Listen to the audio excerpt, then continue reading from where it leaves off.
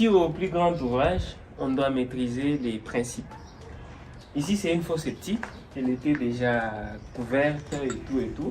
Mais bon, on a pensé que son fonctionnement n'était pas bon. Voilà, je suis venu pour une inspection.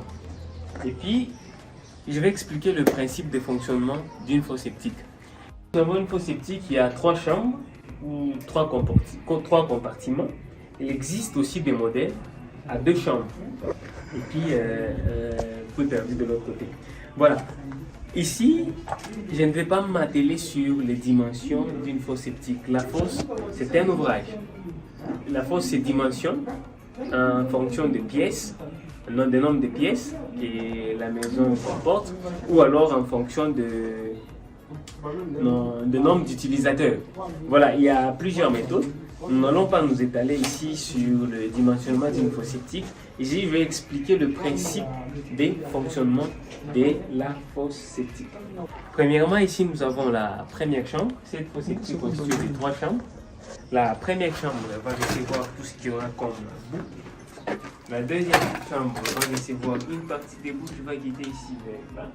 Et la troisième chambre, là, nous ne devons avoir que de l'eau. Voilà. Plus simple.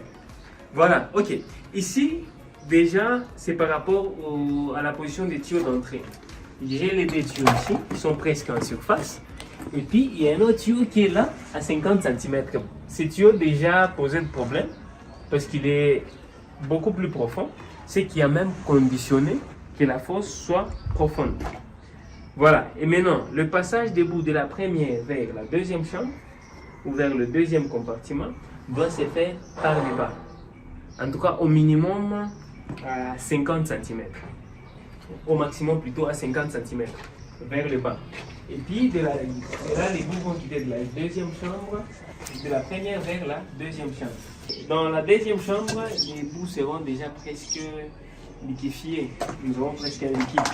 Et si le liquide, pour quitter la deuxième chambre vers la troisième, elle doit monter. Pour ce faire, on est obligé de mettre cette dalle que vous voyez, la chicane. Voilà. Cette chicane va servir, c'est comme un para-écume.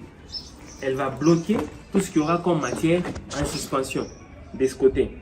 Et les liquides vont quitter la deuxième chambre vers la troisième chambre. De telle sorte que dans cette troisième chambre, nous n'aurons que de l'eau, rien qu'un liquide ici. Et lorsqu'on quitte la troisième chambre, c'est directement vers le puits perdu. La situation sur ce terrain est tout autre. C'est sur un terrain marécageux. On a dû vider l'eau ici. Sur ce terrain, lorsqu'on fait un puits perdu, il y a d'autres dispositions à prendre en compte. Mais maintenant, je dois revenir sur un petit truc. C'est par rapport à la position des tuyaux. Les tuyaux à l'entrée et les tuyaux à la sortie, il faut prendre la distance, plutôt la profondeur du tuyau d'entrée. Ce tuyau doit être supérieur par rapport au niveau du tuyau de sortie pour qu'il y ait un écoulement. Sachant que l'écoulement passe toujours d'un point haut vers un point bas. Donc on doit respecter la position du premier tuyau ici d'entrée et la position du tuyau de sortie vers les puits perdus. Le fond de la fosse septique est bétonné. La fosse est rendue étanche par une couche de bitume et construite à hydrofuge.